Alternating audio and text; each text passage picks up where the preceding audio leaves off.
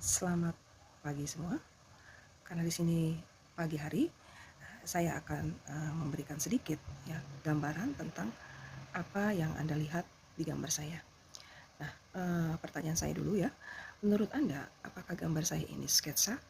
Ya, ini adalah sebuah sketsa.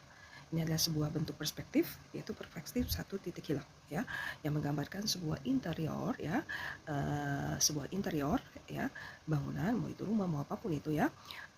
Di sini kita lihat bahwa yang bisa kita lihat di sini adalah saya menggambar ini dengan skala, ya, non scale atau skala proporsional. Kenapa saya bisa menggambar skala proporsional?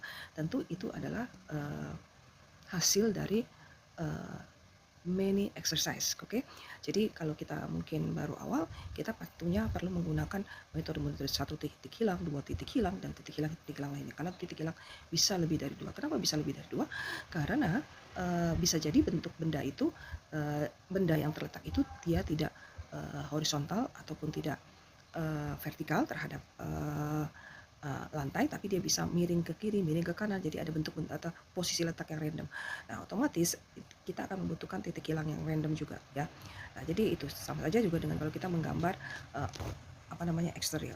Nah, jadi di sini saya kembali kepada gambar saya. Nah, di sini saya menggambar perspektif satu titik hilang interior, ya, dengan non scale atau scale proporsional. Ya, di sini scale proporsional. Nah, kenapa saya bisa menggambarnya seperti itu? Karena tentunya ini adalah bagian dari skill, ya, dan bagian dari skill dan ya used to.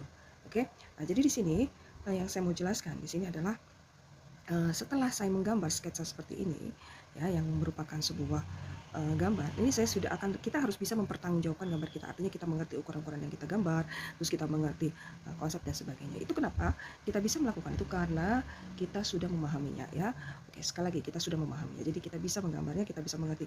Jadi sebagai arsitek atau interior designer biasanya kita memiliki ukuran-ukuran standar, ya, misalnya two seater sofa, kemudian three seater sofa, set table, coffee table, kemudian plain, kemudian floor tile, itu berapa ukurannya, itu otomatis kita akan akan mudah untuk, bukan mudah ya, tapi kita sudah terbiasa terekam gitu, ya, walaupun harus terus-terusan dilatih karena bisa hilang juga ya kalau nggak dilatih.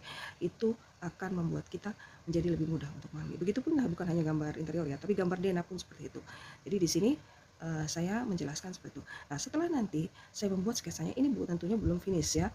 Ini belum saya finishing. Ini hanya mungkin sebagai, kalau dibilang hanya draft konsep atau draft drawing, ya. Nah, makanya harus saya finishing. Mungkin